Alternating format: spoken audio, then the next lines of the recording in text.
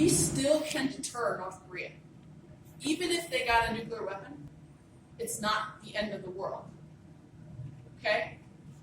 There are 9 nations with nuclear weapons, and we haven't had a nuclear war. Okay? Right now, China has nuclear weapons, and Russia has nuclear weapons. They're not exactly our friends. Pakistan. What India. stops them from attacking us? The fact that we can freaking attack them back. And that's called deterrence. And it's the same is true for North Korea. Kim Jong-un, at the end of the day, he wants one thing: regime survival. He knows that we can wipe him off the planet.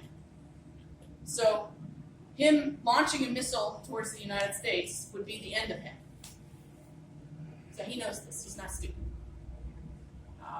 What I worry about as an administration right now, a current administration, meaning a current commander-in-chief who has no idea what deterrence is and has no idea how bad miscalculations can really lead to potentially a major war. Because I don't think he understands the history of it. Miscalculation almost led us to war in the Cuban Missile Crisis. Throughout the Cold War, if you ever want to not sleep at night, you ought to get a book out of here called The Dead Hand. It's amazing. I read it in the weekend. And it's about all of the miscalculations. There's also another book called Command and Control. The point is that we come very close to nuclear war many, many times because of malfunctions in radar systems and things like that. And when you have an administration that continues to ratchet up the rhetoric, it continues to lead to miscalculations. If you look back in history in the U.S. versus the Soviet Union, the times when we came the closest to nuclear war were the times when the rhetoric was heightened. Okay, so I really worry about that. I think we need to have a more measured presence, a more measured president. I don't know when that's going to happen. That's a perfect example of one of the concerns that was right after the election in Taiwan, and when the president of Taiwan talks about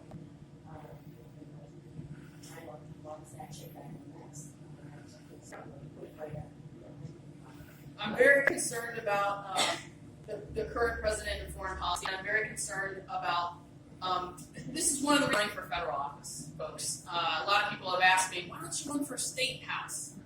I don't know anything about the state house. I don't know anything about state government. I've been federal government and international stuff my entire life.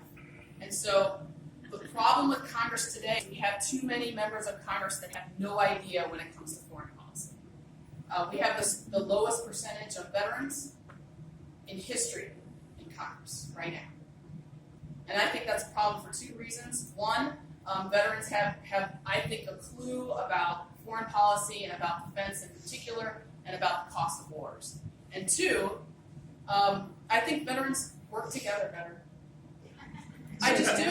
I mean, I just do, because we have that common bond of serving our country. And at the end of the day, you know, I never went into a mission. I never said, hey, are you a Republican? Are you a Democrat? I can't do this. No, we didn't care. And so I think at the end of the day, in general, we really try to work for the best interest of the country. And the fact that there are so few veterans really shows. Yes, sir. One of the things that concerns me is when I was in junior high, one of my teachers said, did you realize that the United States debt was now $300 billion? $300 billion, which is nothing. So now we've got a $20 trillion debt, and it's growing. We've also got unfunded liabilities to the tune of maybe 4, 5, 6 times that. At what point do we address the debt? We don't even talk about it in this country. And is it even possible at this point to stop the debt? God, I hope so. And the reason why it's so important is it's just hurting our kids.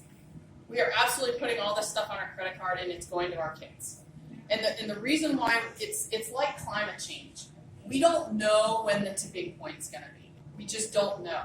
Because debt, if we rack up too much debt, folks, we don't know when the value of the people are just going to pull out and say we can't trust you all anymore. You've had too debt. And when the world pulls out, the value of the dollar is going to do this. And does anybody remember how quickly the stock market crashed in 2008?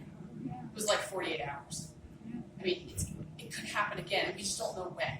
So for me, the debt is a very important problem. And it's politically fixable. It is fixable. There are economists out there that basically tell us that over time we can totally get this under control. We just have to have the political will. And that means we have to deal with some entitlements. But that also means we have to deal with taxes. Okay? You have to do both. We had folks like Bowles Simpson and Alice Rivlin look at this issue a few years ago, and Congress did not have the political will to do anything. And we got the Budget Control Act out of it, which was terrible. Terrible policy.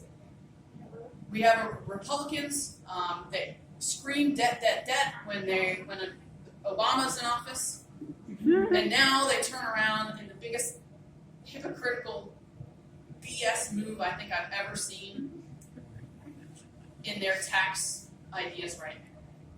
They are looking at cutting taxes and adding to, over 10 years, the debt by $1.5 trillion.